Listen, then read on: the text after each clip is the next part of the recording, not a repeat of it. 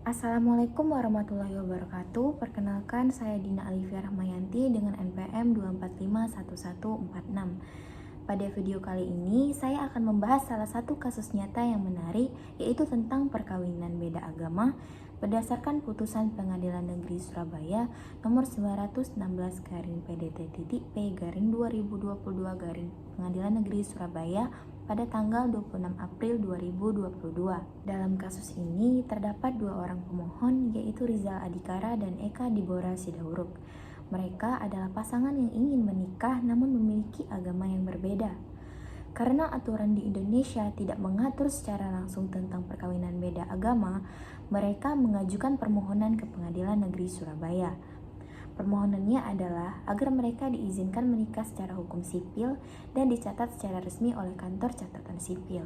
Pada tanggal 26 April 2022, Hakim Tunggal Imam Supriyadi memutuskan untuk mengabulkan permohonan tersebut dan memerintahkan kantor Disduk Capil Surabaya untuk mencatat pernikahan mereka. Lalu, apa permasalahan hukum yang muncul di sini?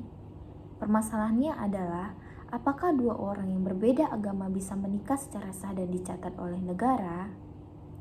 Ini menjadi penting karena tidak ada aturan yang secara langsung mengatur bagaimana negara menyikapi perkawinan beda agama. Untuk menjawab pertanyaan tadi, kita bisa melihat beberapa aturan hukum.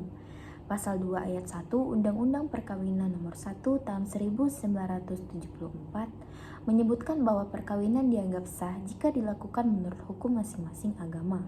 Tapi di sisi lain, Undang-Undang Dasar 1945 Pasal 28B ayat 1 menjamin bahwa setiap orang berhak membentuk keluarga dan melanjutkan keturunan melalui perkawinan.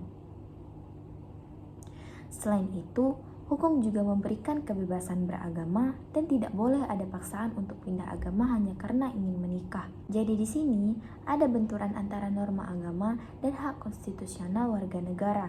Berdasarkan fakta yang ada, Hakim melihat bahwa permohonan Rizal dan Eka tidak bertentangan dengan hukum karena tidak ada aturan yang secara tegas melarang perkawinan beda agama. Hakim juga mempertimbangkan hak asasi manusia, terutama hak untuk menikah dan membentuk keluarga yang dilindungi oleh konstitusi. Akhirnya, Hakim memutuskan bahwa mereka berhak menikah dan dicatat oleh negara tanpa harus memaksakan salah satu untuk pindah agama. Kasus ini juga menunjukkan bahwa di Indonesia, peradilan bisa menjadi jalan alternatif bagi pasangan beda agama yang ingin menikah tanpa harus menabrak keyakinan masing-masing. Putusan ini menjadi salah satu contoh penting bagaimana hukum bisa digunakan untuk melindungi hak konstitusi warga negara. Meskipun belum ada undang-undang yang secara spesifik mengatur hal ini. Meski belum menjadi praktik umum, tapi langkah Rizal dan Eka ini bisa menjadi contoh bagi pasangan lain dalam situasi serupa. Jadi, dari kasus ini kita bisa belajar bahwa hukum tidak hanya soal aturan tertulis, tapi juga soal penafsiran dan perlindungan hak warga negara.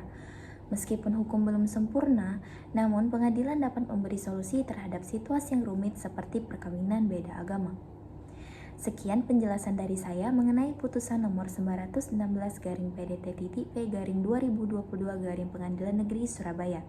Semoga video ini bisa menambah wawasan kita semua.